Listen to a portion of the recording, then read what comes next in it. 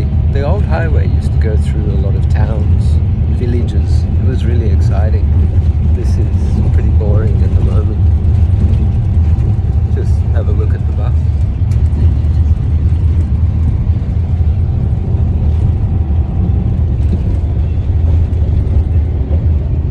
So I'm kind of inspired.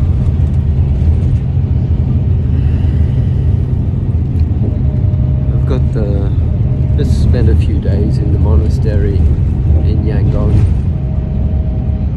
revisiting my roots, my Dhamma roots, meditating, being with the monks, living in that routine. Although I could have been out visiting Yangon, having a great time, I didn't even go to Shwedagon Pagoda, which is like must-do in Yangon. I was just like, you know what? I could just stay here in the monastery, and I just stayed in my room. Could have been out chatting with people and socializing in the monastery, but I didn't.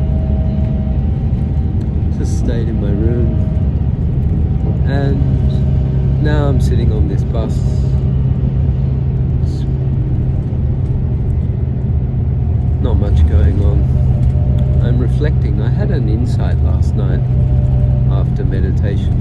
Insights don't always come through meditation.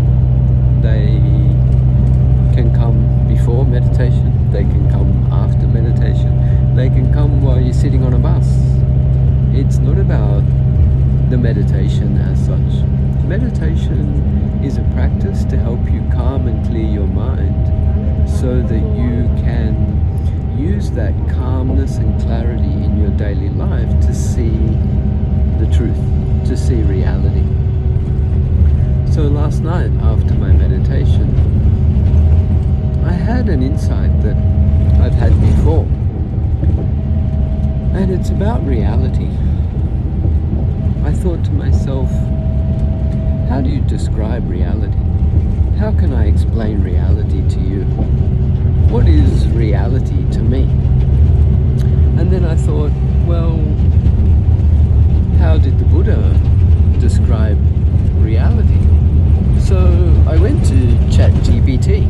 Luckily, I've got internet, and I've got that cool app where you can pretty much ask any question you like. So it told me that reality, according to the Buddha, was the three signs of anicca, dukkha, anatta. Anicca is impermanence, or the fact that everything is constantly changing and that things cannot remain the same and do not remain forever. That everything is temporary and everything is in a process, a flow. So that's anicca. And then dukkha. It usually translates as suffering, but I like to call it unsatisfactoriness. Yeah, it's not my word, it's kind of made up, and someone used it before me, it's not my word. Unsatisfactoriness means having not yet been satisfied, which means that the mind is always in a constant state of searching, looking, grasping. If it's had something good, it wants it back, or it wants to keep it, or it wants something better. So even when we get some satisfaction, we're not really satisfied. We want to keep that satisfaction, or we want to have that satisfaction again, because remember, it's impermanent. Therefore, a satisfactory experience is going to pass away. When it passes away, we want it back, or we want to keep it, or then we want a better one. We're like, it's like gambling or some kind of addiction. Okay, I got that satisfaction, now I can have a better one, which is kind of optimistic, and it's not really a bad thing, it's just how the mind works. We want something better. So, and this doesn't matter whether it's a worldly thing, could be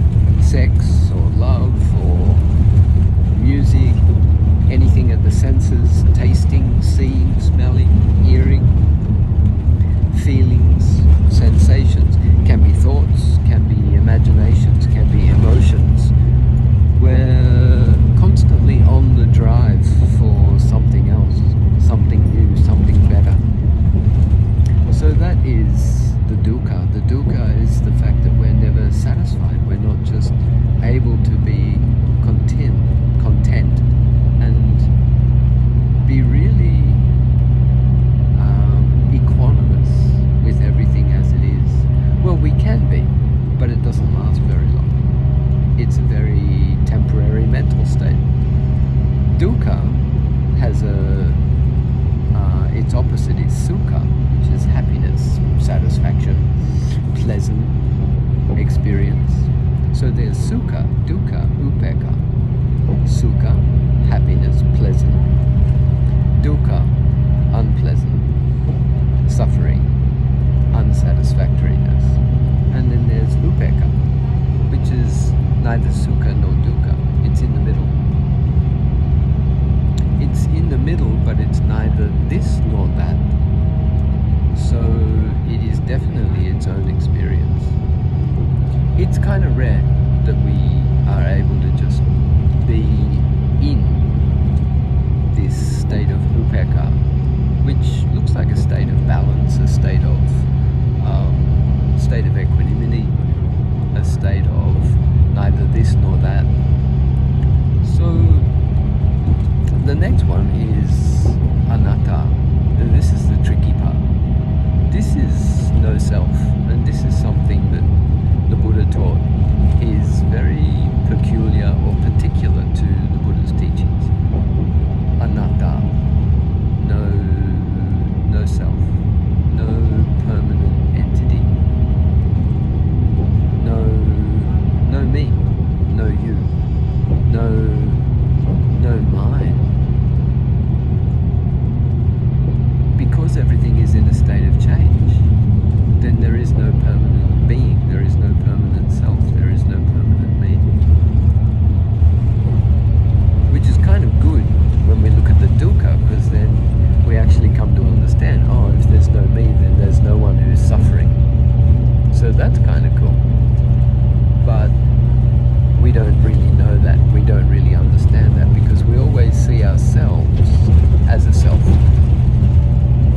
We always see ourselves as me, my personality, my ego, my conditioning, my character, my past, who I believe that I am. Now, the Buddha said that our existence is actually void of a self.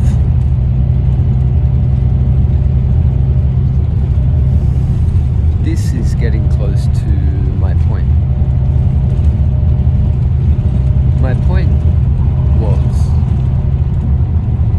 in past insights, that how to explain reality. Even that explanation that I got from ChatGPT, anicca, dukkha, anatta, it doesn't really explain reality. And then I also asked, how can I explain reality? It couldn't really tell me. Oh, it also said, oh, you can explain it like psychologically, you can explain it scientifically, you can explain it religiously or spiritually, materially, physically. But these are also not explanations of reality. And I'm sitting here now, I cannot tell you what is reality. That's no surprise to you. Why would I be able to tell you what is reality? But what I'm going to tell you is that according to the way we speak, the way we think, the way we live, which is all based on concepts. Concepts have no basis, not even reality has a basis for concepts.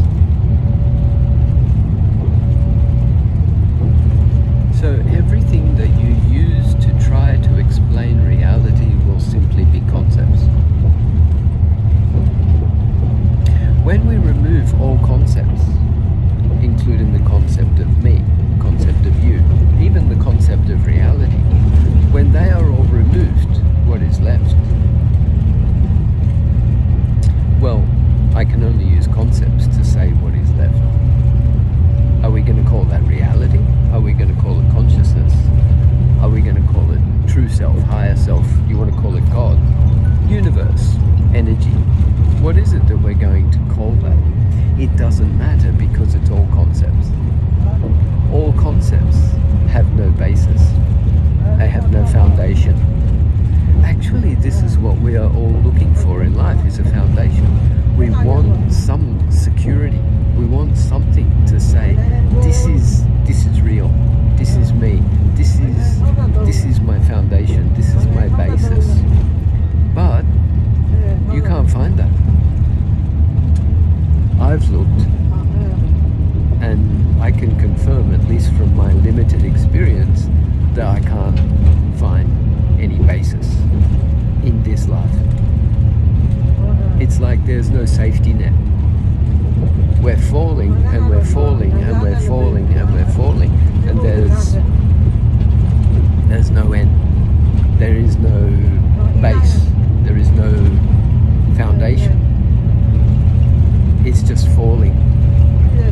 It's like just flowing and flowing and flowing and flowing, but we're not reaching anywhere. Where you might reach, we can say in the concept or the analogy of flowing is,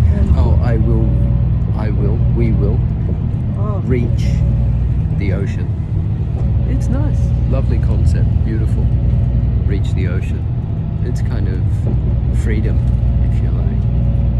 I've reached the ocean. This is also where the Buddha is teaching Nibbana, which is the freedom from suffering. Basically, it's the end of the concept of the self. The self is a separateness, separation.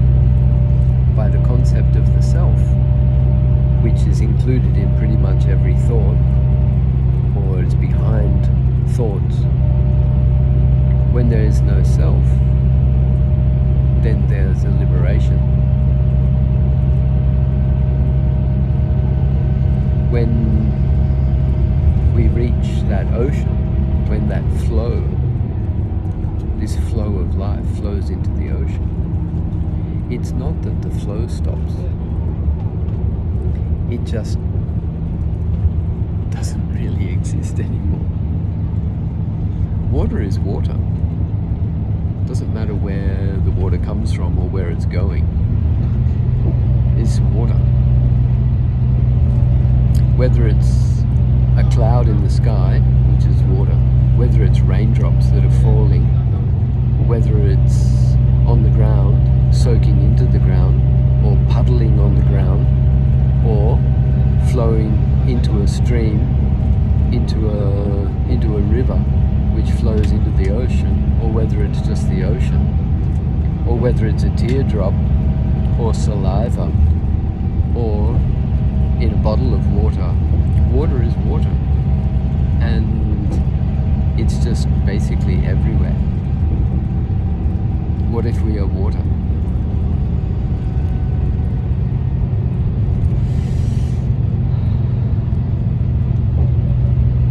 Flow. Just the flow. Only the flow. Only the flow. Not the destination of the flow.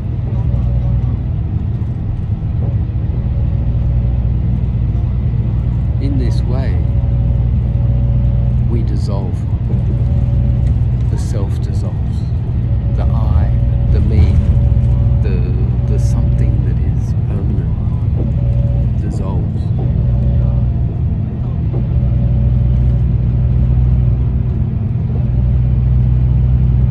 No basis, no foundation. Nothing is solid. It's as if this is a movie. You're watching a movie right now. This is on your screen. You're watching a movie, literally. For me, I would say, oh, this is my reality. Yep, look out the window.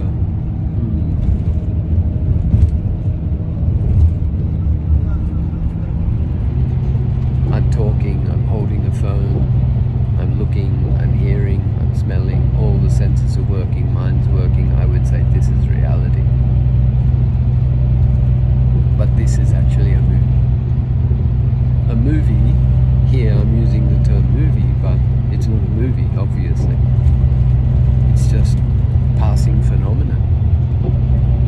Passing phenomenon. Impermanent phenomenon. If I grasp this, attach to this, call this myself, become the owner of this, what am I going to do? I'm going to suffer, for sure.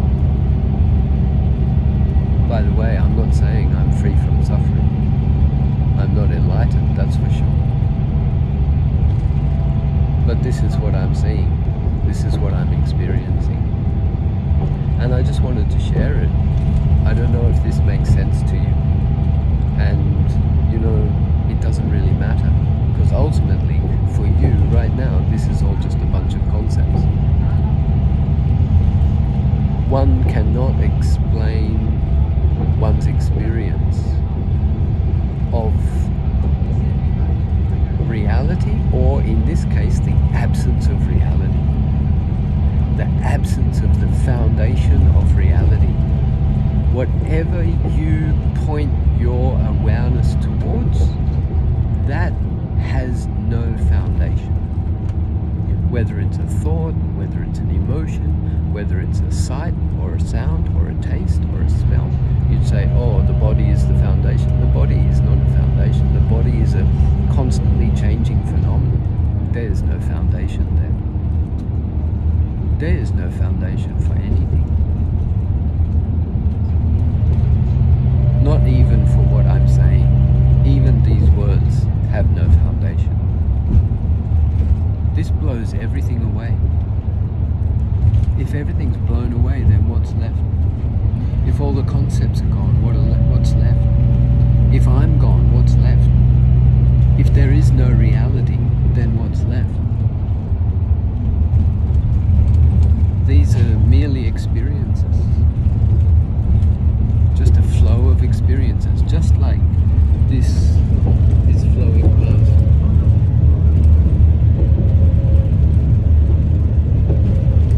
You see a tree, you see a field, you see a tower, you see shadows, you see grass, you see signs. They all come and go. They're just passing phenomena. My mind is passing phenomena.